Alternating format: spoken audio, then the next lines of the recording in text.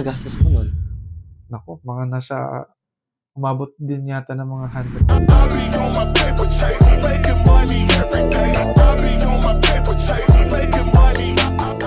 Pag-setup mo ng Pocket Racer, ano libre lahat 'to 'di ba? Pocket Racer, GNS3, Eve NG. Oo, lahat naman sila open source ano, pero may mga ano sila kanya-kanyang, ano ba 'yan, characteristics like depende sa'yo kung saan mo mas magugustuhan. Oo, Pero for me, kung gusto mo talaga ng alam mo 'yun, may ano ka, may how can I say, yung talagang open source siya, I would say Eve NG Eve talaga, NG. Pero oo. Eve NG kasi may mga requirements, eh. Kasi nag-uumpisa pa lang ako wala akong siyempre kailangan mong mag-build ng ano diyan, eh, ng machine, eh, 'di ba? Oo, na Kailangan mo maraming RAM.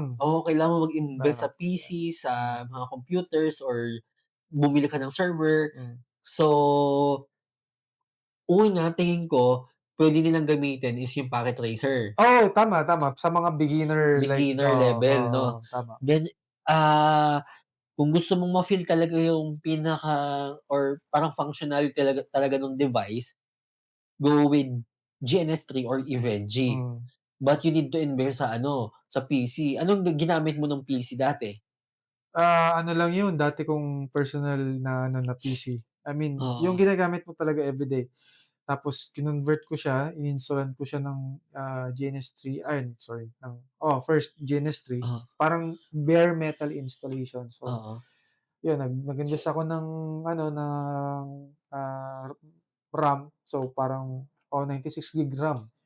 96 gig, eh, 96 gig na RAM. oo, So 'di ba may 4 slots yung motherboard, so oo. bumili ako ng, dalawang 16, dalawang 32 na stick ng So, RAM. magkano nagastos mo nun? Naku, mga nasa umabot din yata ng mga 100,000 that time, mga gano'n. Hmm, Pero hindi naman isang bagsakan 'yun. Nag-start ako as, 32 okey, kasi dalawang okey, 16 lang oo, meron ako and then bumili ako ng dalawang 32. So oo. parang all in all So, parang sa'kin 96, naman 98. pagdating naman sa lab, una yung workstation ko lang, Yung yung issued ginagamit ng mo, oo. company issued, Okey. So company, unit, okey, oo. okey. Kaso yun nga, dati kasi 16 gig, yun yung pinaka-maximum na binibigay nila, eh, 16 gig or 8 gig, so Oo, talagang limited. limited lang, oo. So 'pag nag-run ka ng GNS3 dun, talagang nagpi-peak yung CPU mo, Oo. CPU, memory. Ang ano mo ba is ini-install mo siya, ah, sa workstation, I mean sa VMware na Hindi, workstation or application mismo nung GNS3. okey, So okey. sa application mismo ng GNS3, hindi pa kasi uso yung ano, eh, that time application lang yung Wait lang, GNS3. ah, Hindi pa ngayon kasi yung GNS3 may VM na, eh, 'di ba? Puwede mo na siyang yes. i-install sa VM. Ah, So before kasi basta direct installation lang siya ng application yung hmm, GNS3. So, and then yun nga kinulang na ako sa resources, mm, dun na ako nag-start mag-invest ng laptop. hmm, Bumili ako ng laptop, 32 gig, ah, yun na yung ginagamit ko. okey. Nung nalipat naman ako sa telco, hindi na enough yung laptop na ginagamit ko. So nag-invest naman ako nun sa CPU, nabili ko second hand. Mm, Ryzen 7 yung processor, mhm, tapos, 60 plus gig na yung memory. hmm, So yun na yung ginagamit ko, ah, as my personal lab. hmm, Ngayon naman hindi na ulit naging enough. So paglipat ko naman ng ibang role, hmm. mas malaki na yung hinahawakan ko, mas kailangan ko ng maraming CPU. Oo, para ma-simulate mo, Oo, bumili ako ng server. okey. Bumili ako ng Anong second hand, server yun?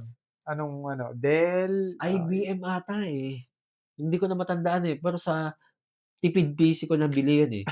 Tipid PC, OLX gano'n? oo. Hmm. Nakuha ko siya ng mga 60,000. So, mahal Mga na rin, second hand naman siya. ah, So, nabili ko siya ng 60,000 yung server na yun, then ininstalan ko siya ng EVE-NG. hmm, Yun, ginagamit ko siya. So, okey naman siya until ma mag-start naman ako mag-aral ng SD1. okey. So, 'pag SD1 hindi na enough yung ano, yung server, hindi niya kaya niya in terms of, memory, Ah, pero sa processor hindi na compatible. Oh, Kasi okey. outdated na yung server kasi second hand ko lang nabili yun, eh. So, nag-invest na naman ako ng PC. Okey. So, build naman ako nun, nag-jump naman ulit ako mag-build na lang ng PC ulit, ng Oo, rig. oo. So, nag-Ryzen 9 na ako nun, Ryzen 9 Mahal na rin tapos yun that time ano, oo, Ryzen 9. siguro gumastos ako ng CPU lang, Hmm. mga 60, Oo kasi 60 to 70. mahal kasi yung ano, Oo, yung hindi ang Ryzen ano 9. nun, kasi iba second hand ko pa nabili, eh.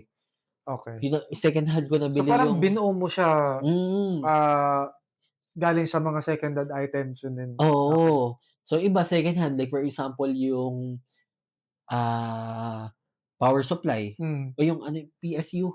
hmm, PSU second hand, motherboard second hand, hanggang ngayon okey pa naman. hmm, Memory card brand new, saka yung mga cooling system, sa hmm, Shopee ko lang nabili nun. hmm, So yun, hanggang sa ngayon ang setup ko ginagamit ko ngayon Ryzen 9 hmm. and then Ilang six gigs ng RAM? 64 or 120 hindi ko matandaan. So, Hmm, nasa gano'n. Pero 'yun, kaya na niya yung SD1, FortiGate, ah, anything. Sa tingin ko nakakapag-run ako ng ano nun dati mga Nexus ACI, eh. mm, So, yun na yung ginamit ko. Pero tingin ko talaga kailangan mong if ever magpu-pursue ka sa networking lalo na ngayon, hmm, kailangan mo talagang mag-invest ng ano, nasa mga certification, hmm, mag-invest ka sa, kung paano ka magbi-build ng lab, ng learning machine mo talaga. oo. Hands-on experience ang pinaka-ano talaga, importante. So yun ang ano, yun yung magiging ano natin. So, invest ng time sa pag-aaral and develop ng skills mo, Hmm, ah, invest sa machine in terms of pag-build ng lab. lab, oo, home lab. Oo, kasi ngayon may mga umuuso na din, may mga kilala ako na ano, nasa cloud naman. Parang may nakita akong gano'n. Nagre-rent sila, nagse-set Ah, up sila ah, nag-purchase sila ng cloud, ah, tapos dun nila ini-install yung yung ano nila, oo, lab pero mo. ayoko kasi ng gano'n kasi subscription yun, eh. Oo, mapapamahal ka. Oo, Kasi isipin mo yun, ah, subscribe ka for limited time lang. Tapos after nun hindi mo oo, wala na. hindi Oo, at least sa'kin, for example, katulad nung mga unit ko, bumili ako ng laptop, bumili ako ng CPU that time, yung Ryzen hmm, 7. hmm, Once na hindi na siya enough for hmm, me, hmm, binebenta ko pa sila. Puwede mo hmm. pang mabenta ng second Yes. hand. Hmm, So, nabili yung Ryzen 7 ko, nabili yung pinaka-server ko, mm, tapos yun.